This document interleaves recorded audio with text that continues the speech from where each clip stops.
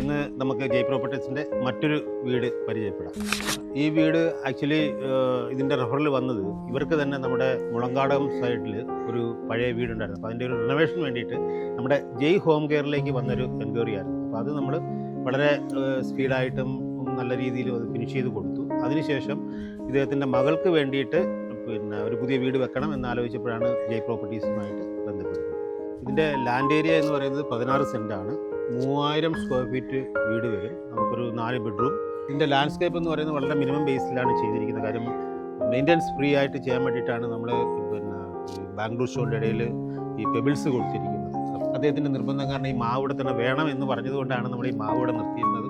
ചെറിയൊരു പേൽഗ്രാസ് ഇൻസ്റ്റാൾ ചെയ്തേക്കുന്നത്. Car porch വന്നിട്ട് നമ്മൾ സ്ക്വയർ ഫീറ്റിൽ വരുന്നില്ല. നമ്മളിതിപ്പോൾ RCC അല്ല, സ്ക്വയർ ട്യൂബ് ചെയ്തിട്ട് ഫോൾ സീലിംഗ് ചെയ്ത് കാറിലിടാം എന്നുള്ള രീതിയിലേക്ക് ചെയ്തേക്കുന്നത്. സിറ്റ് ഔട്ട് വന്നിട്ട് ഗ്രാനൈറ്റ് അല്ല, 6x4 റോക്കർ ബ്ലാക്ക് എന്ന് പറയുന്ന ടൈലാണ് യൂസ് ചെയ്തിരിക്കുന്നത്.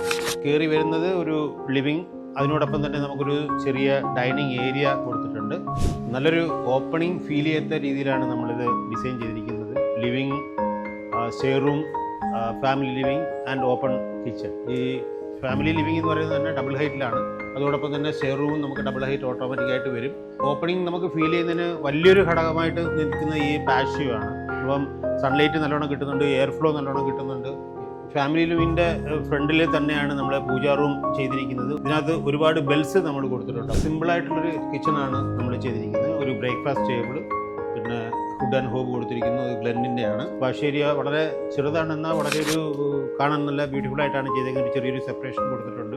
അതിനകത്ത് ജിയുടെ സ്ക്വയർ ട്യൂബ്സ് വെച്ച് ചെയ്തിട്ട് തട്ട് കൊടുത്തേക്കുന്നതാണ്. കോമൺ ടോയ്ലറ്റും അറ്റാച്ച് ചെയ്തിട്ടുണ്ട്. ഇത് നമ്മുടെ കന്നിമൂല ഭാഗത്ത് വരുന്ന ഒരു ബെഡ്റൂമാണ്. ഇവിടെ നമ്മളൊരു വർക്ക് സ്പേസ് കൊടുത്തിട്ടുണ്ട്. പിന്നെ കബോർഡ്സ്, ലോഫ്റ്റും കൊടുത്തിട്ടുണ്ട്. മറ്റൊരു ബെഡ്റൂമാണ്. ബേ വിൻഡോ ഇതിനകത്ത് ആഡ് ചെയ്തിട്ടുണ്ട്. എല്ലാ വീട്ടിലും നമ്മളത് സജസ്റ്റ് ചെയ്യുന്നുണ്ട്.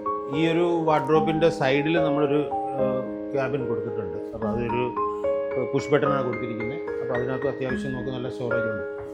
ഇത് നമ്മൾ സിമ്പിൾ ഹാൻഡ് റെയിലാണ് കൊടുത്തിരിക്കുന്നത്. GI സ്ക്വയർ ട്യൂബാണ്. മുകളിൽ നമ്മൾ തേക്കിൻ്റെ ഹാൻഡ് റെയിലാണ് കൊടുത്തിരിക്കുന്നത്.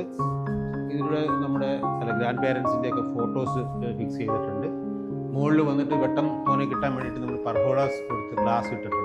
നമ്മൾ പൊതുവേ എല്ലായിടവും നമ്മൾ ഈ ഹാൻഡ് റെയിൽ ഫിക്സ് ചെയ്യുന്ന ഈ സ്റ്റെപ്പിൻ്റെ സൈഡിലാണ്. അപ്പോൾ നമുക്ക് വിട്ട് കുറച്ചും കൂടെ കിട്ടും, കുറച്ചും കൂടെ കൺവീനിയൻ്റ് ആയിട്ട് കയറാൻ പറ്റും. വീട് വെക്കുമ്പോൾ ഒരു സജഷനാണ് മെയിനായിട്ട് പറഞ്ഞിരുന്നത്, ഒരു യോഗ സ്പേസ് എനിക്ക് സെപ്പറേറ്റ് വേണം, എക്സ്ക്ലൂസീവായിട്ട്. അത് യോഗ സ്പേസ് ആയിട്ട് തന്നെ വേണം, ഹോം തിയേറ്ററോ അങ്ങനെയൊന്നും വേണ്ട. അതിന് വേണ്ടിയിട്ടാണ് നമ്മളിപ്പം ഈ ബാൽക്കണിയോട് ചേർന്ന് ഇങ്ങനൊരു സ്പേസ് കണ്ടെത്തിയിട്ട് അതൊരു വുഡൻ ടൈലും ഒക്കെ